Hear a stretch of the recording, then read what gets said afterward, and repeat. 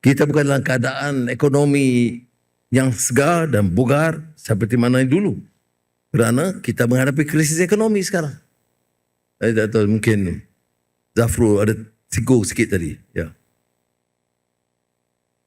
Tetapi untuk masalah rakyat di bawah, kita ambil perhatian. Kalau saya tanya, buat apa kita perintah? Mengapa nak jadi kerajaan persekutuan? Tak teruskan lagi. Kerana kita laksanakan. Itu bezanya. Perjuangan itu apa? Melaksanakan kata-kata. Perjuangan itu bukan sekadar retorika, bicara.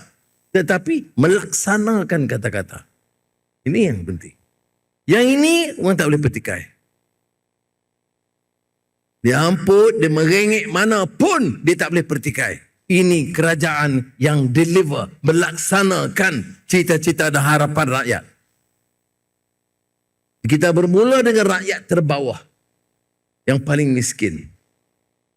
Tiap perjumpaan di Kuala Terengganu minggu lalu, sebelum itu di Pengerang, sebelum itu di Kuantan, hari ini di Pasir Putih, kita mula dengan masalah kemiskinan Tegar. Dan kebanyakan daerah ini dapat kita bereskan. Saudara, 70 tahun merdeka. Mengapa boleh kita selesaikan? Kerana ada dasar yang jelas. Clarity dalam polisi. Tak ada sebab. Mengapa kita boleh biarkan kelompok paling miskin di kalangan kita?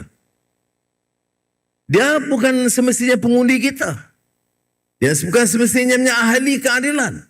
Tapi ini tanggungjawab kita. Parti Perjuangan. Parti Keadilan Rakyat ini.